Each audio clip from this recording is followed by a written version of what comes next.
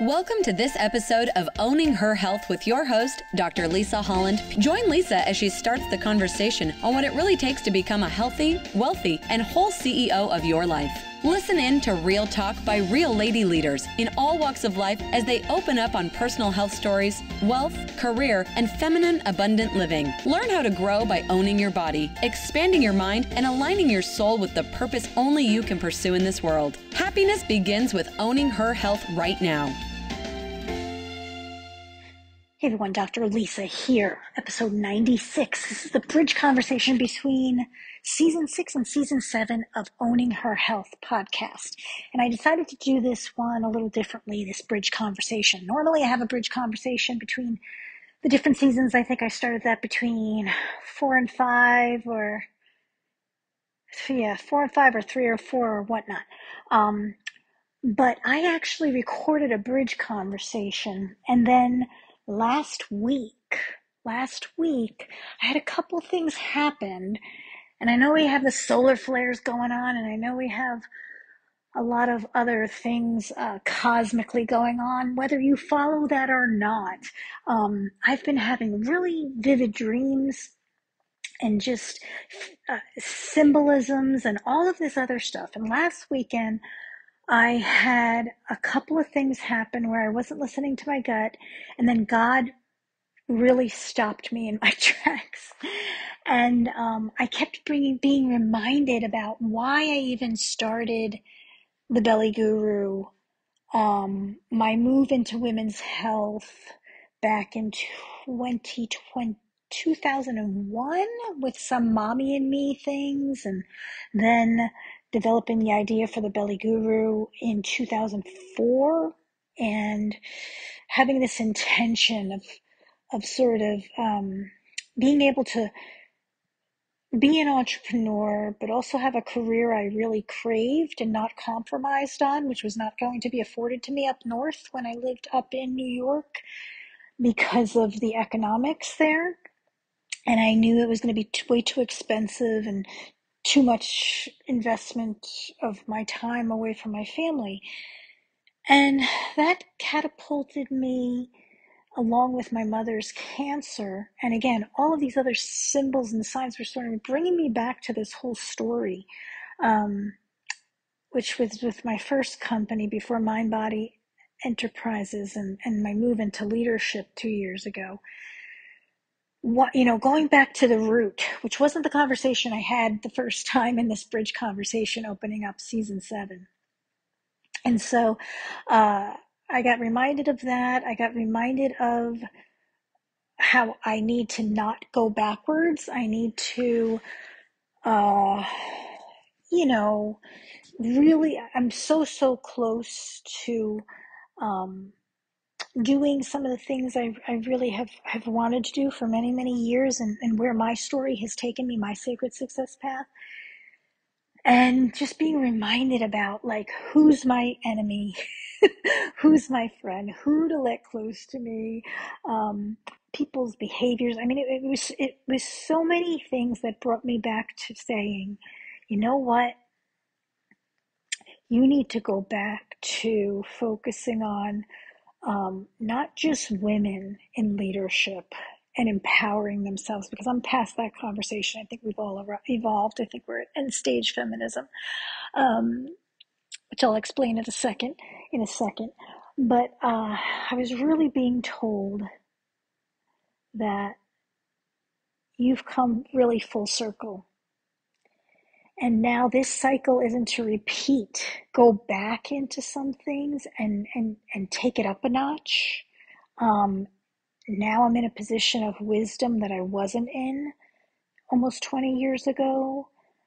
When I opened up the Belly Guru Yoga Training Center, I'm also, 10 years down the road of when I kind of closed down the brick and mortar and sort of moved into this idea of, like, establishing this network, conversation and finding my people. That's the only message I got back in 2013 was it's time to find your people, not necessarily who I was going to treat, but who I was going to work on this thing that I didn't even have the concept of yet, like the Goddess Wisdom Mastermind and the Curvy hustle coming out of that and all of the evolutions and all of the people that I worked with and who I influenced, who then went on to do bigger, bolder, brighter things, who can now again come full circle back into my network.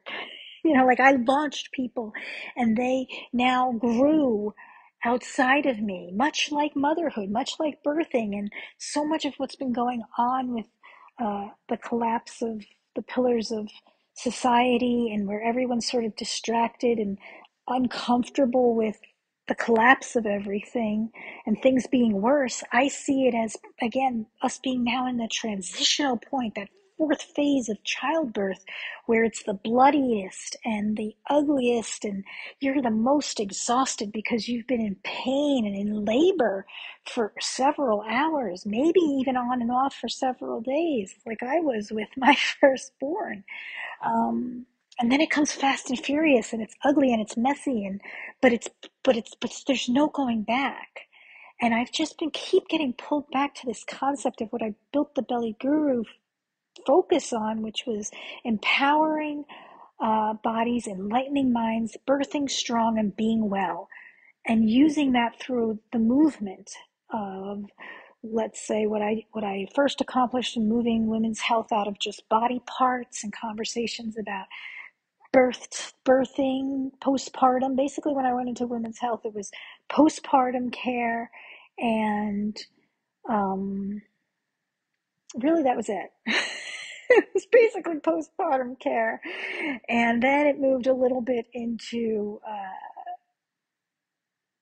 the idea of the recovery, postpartum training, the athletic, more active conversation, the female athlete, and then it, brought in things I had been speaking of through the yogic principles, such as mind and body, and understanding the woman's complexity and differences, and our different brains, and our different approaches to health, and all of this.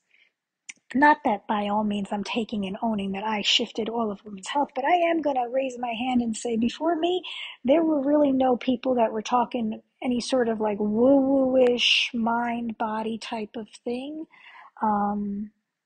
in terms of bringing in the spirit of feminine leadership and all of that, and bringing in the soul and spirit of womanhood again, and the phases through maiden and mother and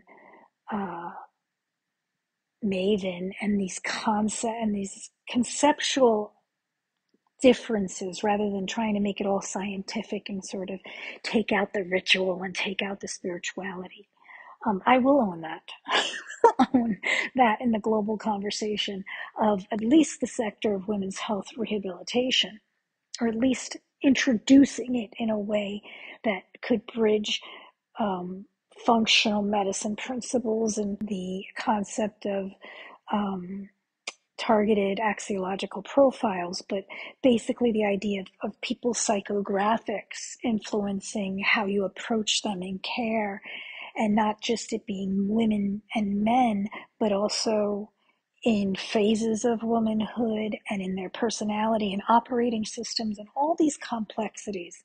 So where am I going with this bridge conversation? I was brought back to all of this and remembering that even though my path has been a curvy hustle, and it hasn't been that, direct, straight grind, nor mine.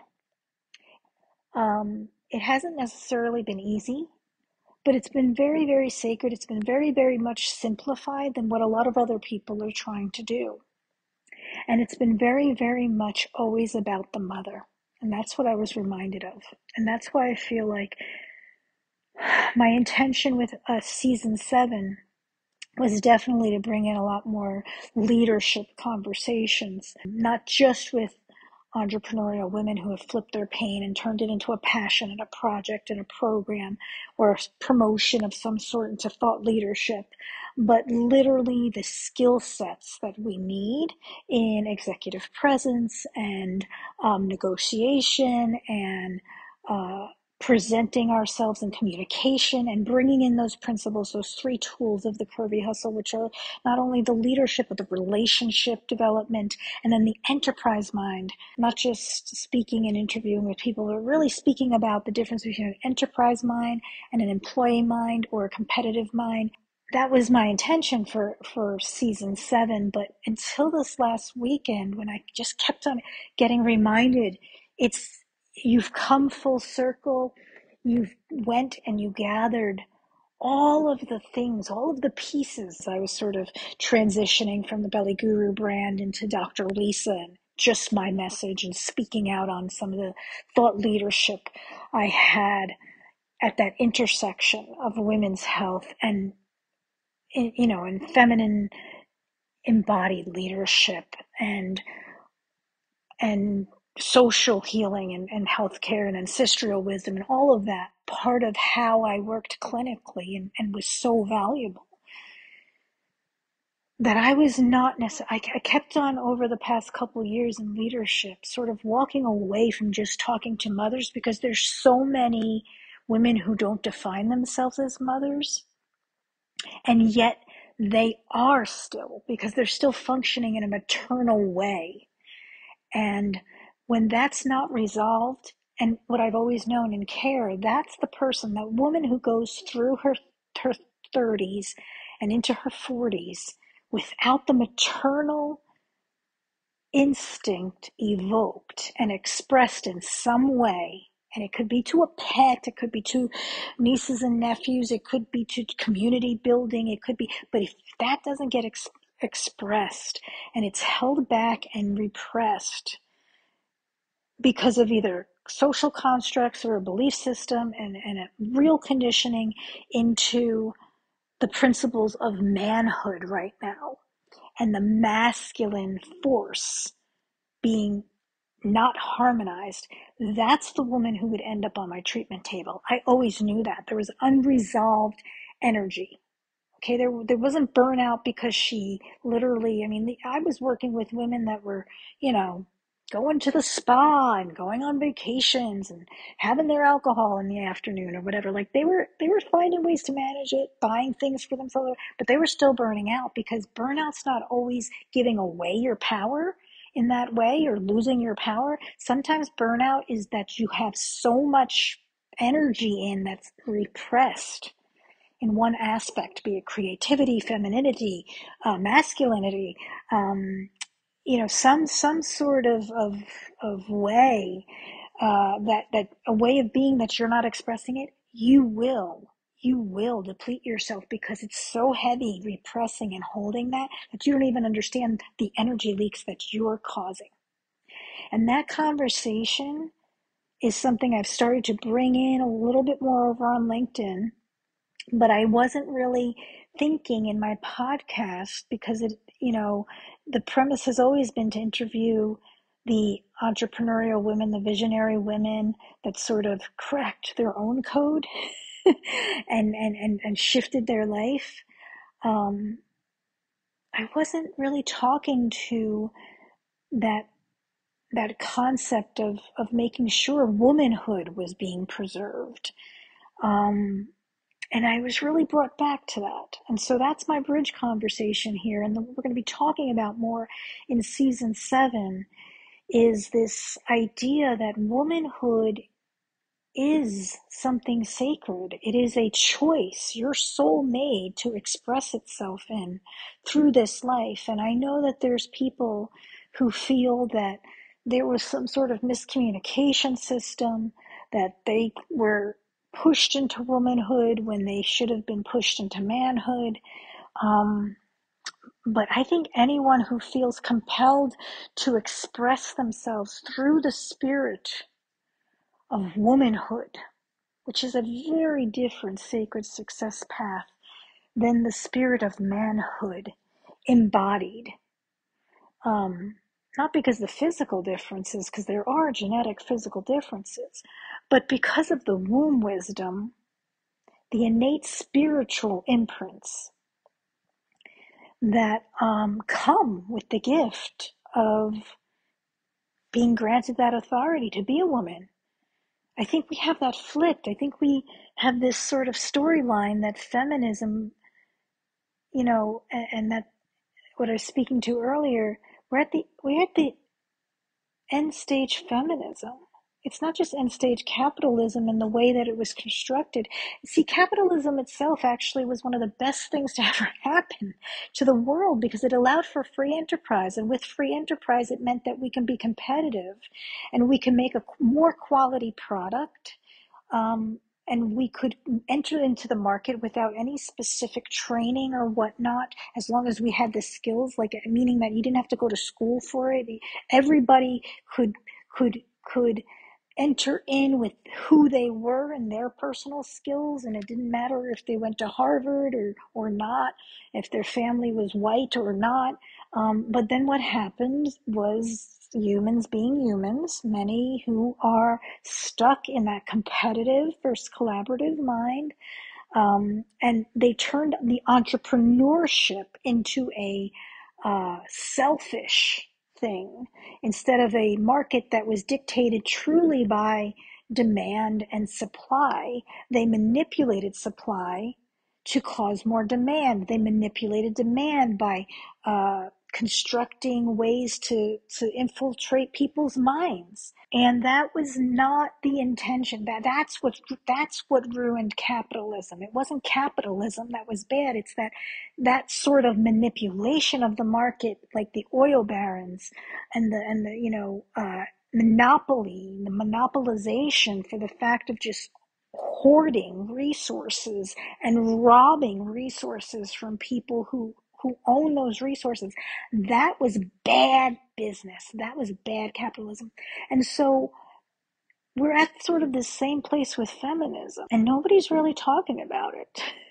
We're talking about intersectional feminism as if it's just a continuation and an evolution of first wave, second wave, and third wave feminism. But to be perfectly honest, it's its own beast.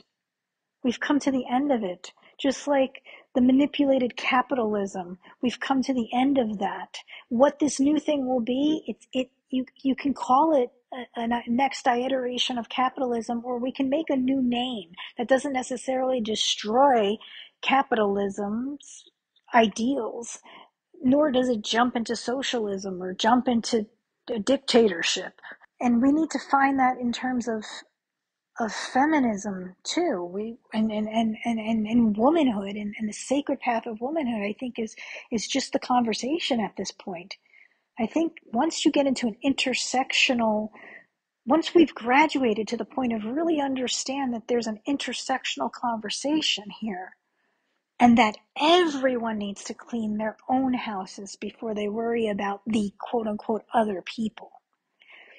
Now the work's become about us, not about them and changing them.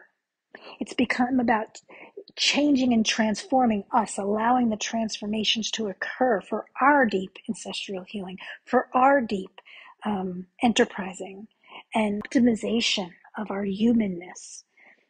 That flip is part of owning her health. That flip is very much tied to my focus on maternal health and well-being, not because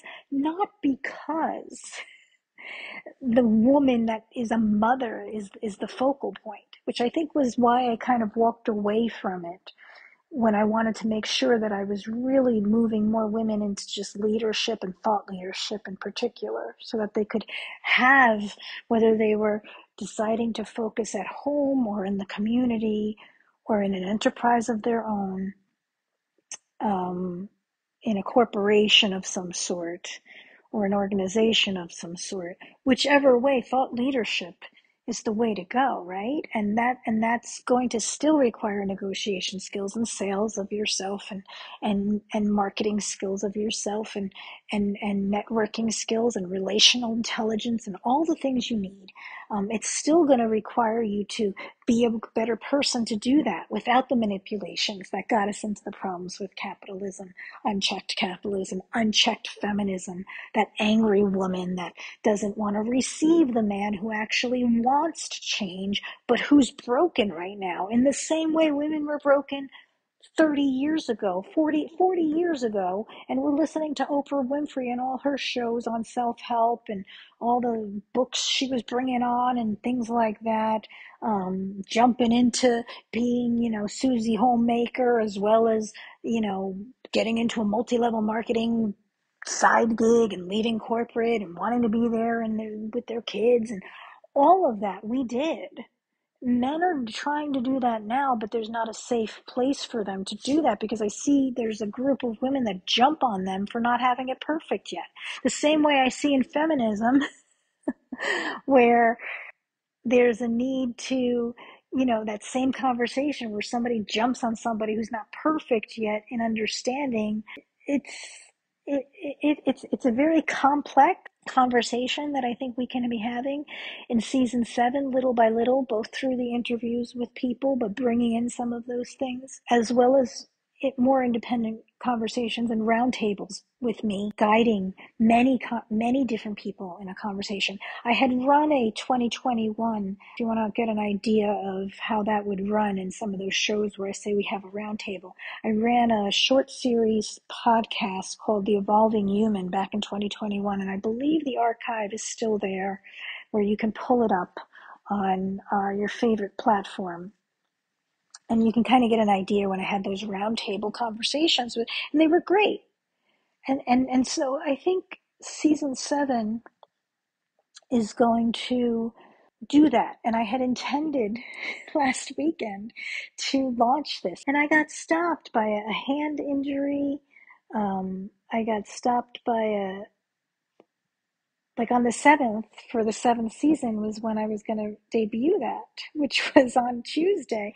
And I got a hand injury that literally, not only did I have an issue happen over the weekend and then another thing reminded me, but I had a hand injury, which literally pushed and messed up my whole week that I really couldn't release it. So God gets in your way because he wanted me to release this. And I said, what better day to kind of put it out there and speak to it than on Mother's Day. So I'm not gonna necessarily work on Mother's Day. I'm not going to start the advertising and the sharing of it or whatever, but it'll be through that week right after Mother's Day when you're hearing this.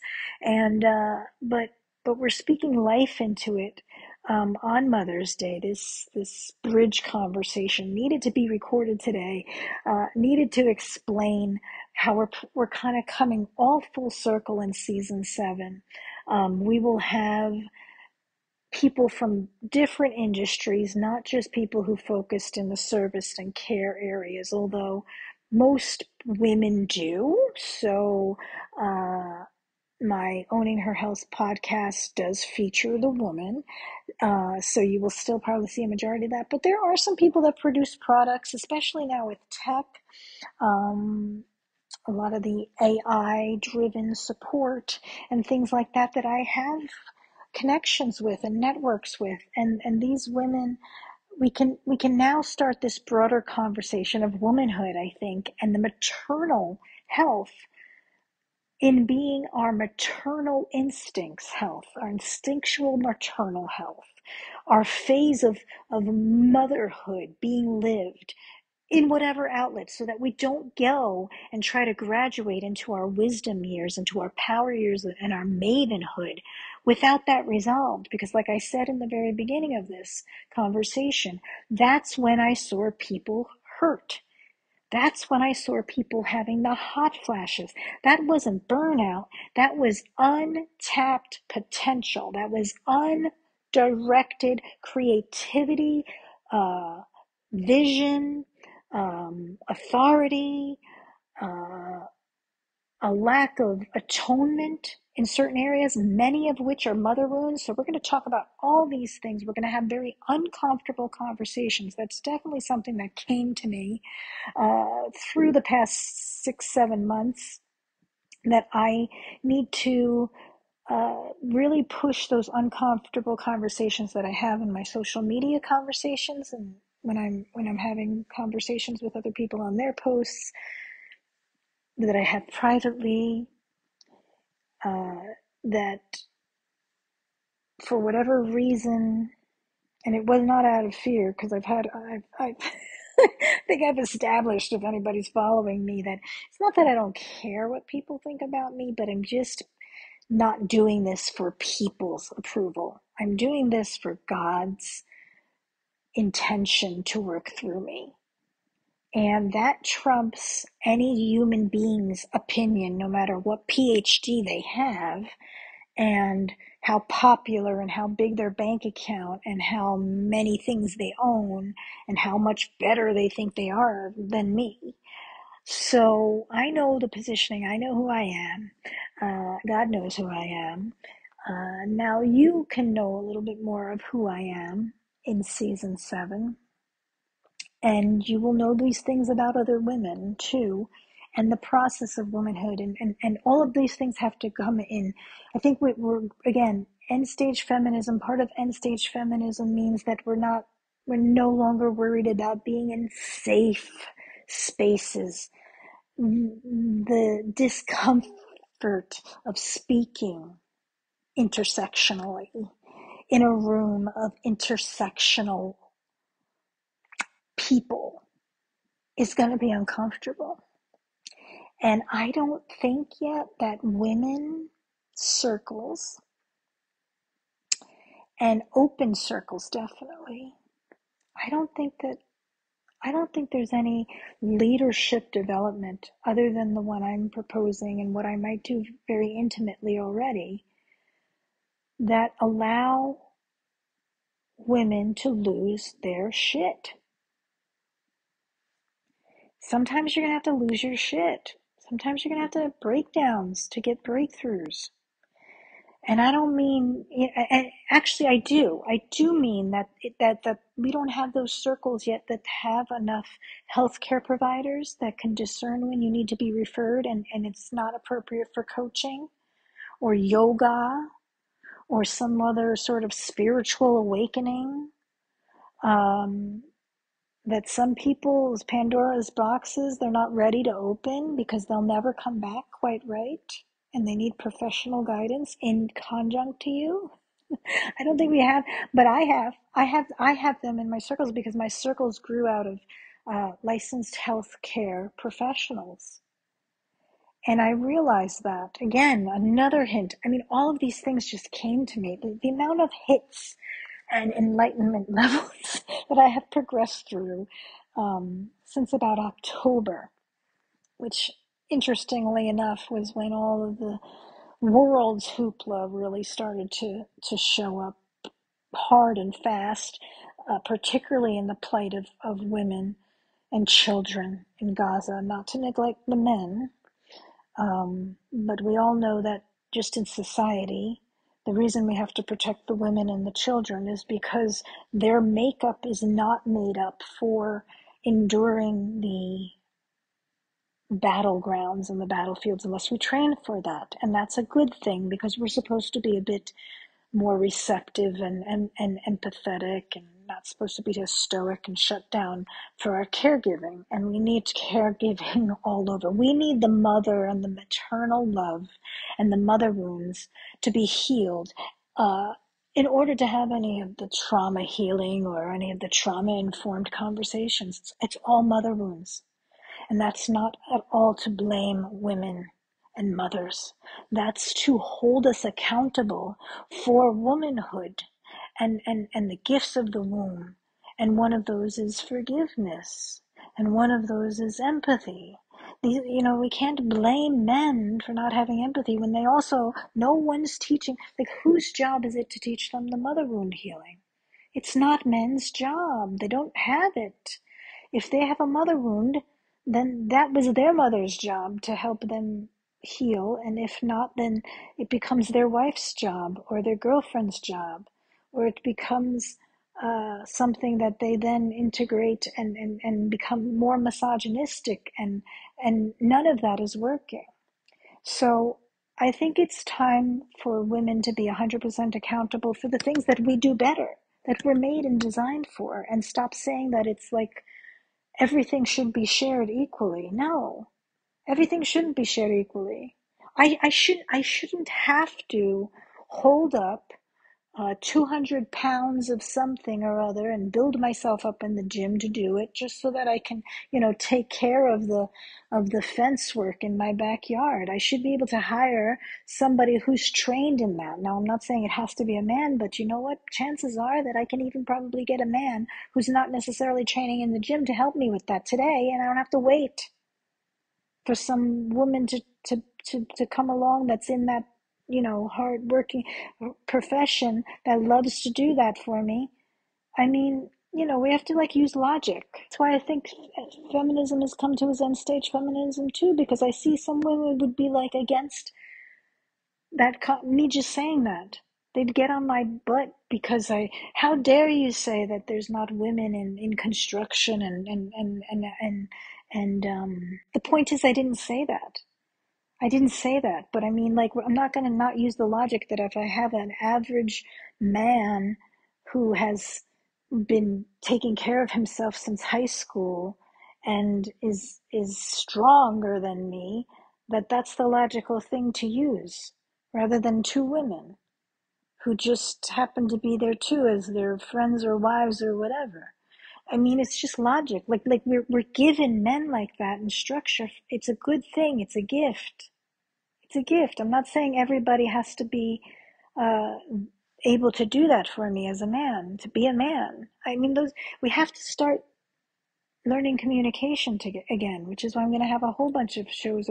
We're going to be talking. We're going to be relating to all of this work that we're doing. This decade of transformation in the 2020s. It's a decade of transformation. We're going to look in 2030 back at 2020 and realize that we went through a portal of we did more in that 10 years than had been done in the 100 years before. I truly believe it. I truly believe it. And in a good way. But all hands on deck. So season 7 of Owning Her Health will have all hands on deck. We will be having uncomfortable conversations. We will be unmasking willingly in round tables. I know way too many people that I can invite into this, and if they have the guts, they will come and we will have the most amazing conversations that the right people at the right time will hear. On top of that, the Curvy hustle is now trademarked. So you're going to be seeing, and you may have already been seeing, me sharing a lot of that. Not only the Curvy Hustle Sacred Success Path, which brings you from awareness into acceptance, into atonement practices, which are some of the things we're talking about, acknowledging it, taking 100% personal accountability of where I am now and where I want to be in the future and what I want to see, saying that I'm that significant that I can take 100% accountability where everything's going in my reality, then having the authority. We're not going to skip anymore. We're not going to say, oh, I know I want, I'm aware I'm special, and now all of a sudden I have the authority. If you don't have the atonement and the course correction, and you don't have the true awareness at multiple levels, at higher levels of consciousness, then you're put in authority, and you're a danger to society, which is what we've seen right now happened. That's what we saw. Too many people put into authority by either privilege or force or just financial power in the system to buy their way in, and they are just not people who should have the authority, and therefore they get the abundance comes. That's the last fifth area of practice on the sacred success path. But it comes pretty automatic once you're truly in your authority. See, that's the thing. That manifestation, the secret, it's all there on that side of atonement. It happens, but if you skip and you get into authority, you may manifest a bunch of stuff that you will have the power to bring about chaos. You won't have a coordinated control at all. And that's what we've seen in the world right now. Some of that is necessary. Destruction is part of the process of generation. And generation is part of the process of destroying what was. So it's all good. It's all good, but we do need to buckle down and make sure people don't necessarily go into the high risk of mental health crisis. Is that there's so many people going through this that just don't understand what they're going through. They're going through spiritual awakenings. They're going through this concept of a nihilistic sort of dark night of the soul several times. They're being put in an understanding that things need to change, that they're at the point of atonement and course correction, and they don't know how to do it. They don't know how to do it. They think they're crazy. And if they don't hear how that's a normal part of evolving into your true authority, then you're going to revert back. And we can't have that. That's what I see feminism getting to. There's just too many people that are at this end stage feminism right now that it's time to jump and leap into your leadership. And if we don't start these conversations and have something else to talk about, that's the intention of the initial feminism is complete. We got the power. We have enough power. Let's now manage it well. Let's manage it much better than what we've been doing. Because what we've been doing with the whole lady boss thing and all of it, it's made women sick. The path of womanhood is again being disregarded, as if it can't be significant. We might logically say, no, I'm a feminist. It's logical. No, even the idea of womanist, that's an intersectional term. But what is womanhood, right? The conversation of equality, that everything's the same, is clouding the fact that no, womanhood and manhood is not the same. And masculinity and femininity is within both of them. The forces are within both of them. And no, it's not a social construct to be a mother, because you've got literally cells in your brain for the lifetime of every baby you had in you, whether you aborted it, whether it had a miscarriage, or whether it came to full fruition. So sorry, that's something the man will never have, or let me say a non-womb holder will ever have the experience of. So parenthood is not womanhood, is not motherhood. Parenthood is not fatherhood, and motherhood is not fatherhood. Like, these are just brave conversations, uncomfortable conversations, kind of pink elephant in the room. And the one thing I know, and I was reminded of again this week, I'm getting reminded is, I wrote this thing of the pink elephant in the room that a friend of mine, Priya, had advertised and put on LinkedIn years ago. It was one of my first speaking and presentations. and going from good to great at the same time. That was 2000, I think, 14 or so. And so that was 10 years ago. It's time to remember that, the pink elephant in the room. I'm the person to talk about the pink elephants in the room. And so that's going to be, so season 7 is going to be, season 7 is going to trigger some of you, but you need to be listening in the conversation, and you need to reach out and contact me about your point of view. Nothing that we're going to present in this new season, and I'm not having a debate. I'm having conversations, open conversations. So thank you very much. I'm going to close it up here. Happy Mother's Day, especially to those of you who it's a triggering day in some way. You're somebody that needs to be listening to season 7 of Owning Her Health, and some of the topics that we'll be talking about there, pertaining to all of the things that I brought up in this bridge conversation. I thank you so much for being a fan. I thank so much for being part of me and my journey, and I hope that somehow I'm empowering your body, enlightening your mind, helping you birth something strong, and be well.